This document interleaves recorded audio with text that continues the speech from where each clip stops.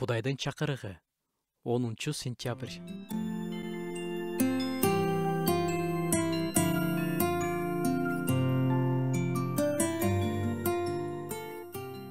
Багбанчылык, дыйканчылык менен аз болсо да баарыбыз эле тааныш болушубуз керек.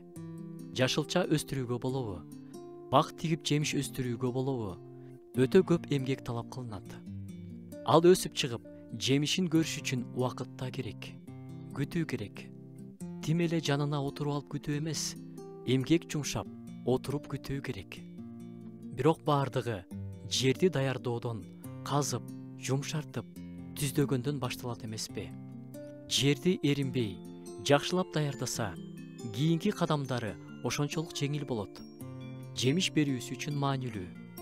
Балдарыбыздын, жаш ини карындаштардын жүрөктөрү жөнүндө ой жүгүрткөнгө чакырам.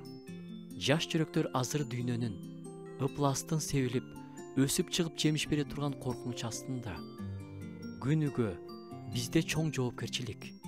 Күнүгө Кудайдын сөзүн алардын жүрөктөрүнө сээп, алар үчүн сыйынып, Кудайдын сөзү жакшы жемиштерин алып келсин дейли. Баланы башынан түз жолго сал. Ошондо ал ошол жолдон карыганда да чыкпайт.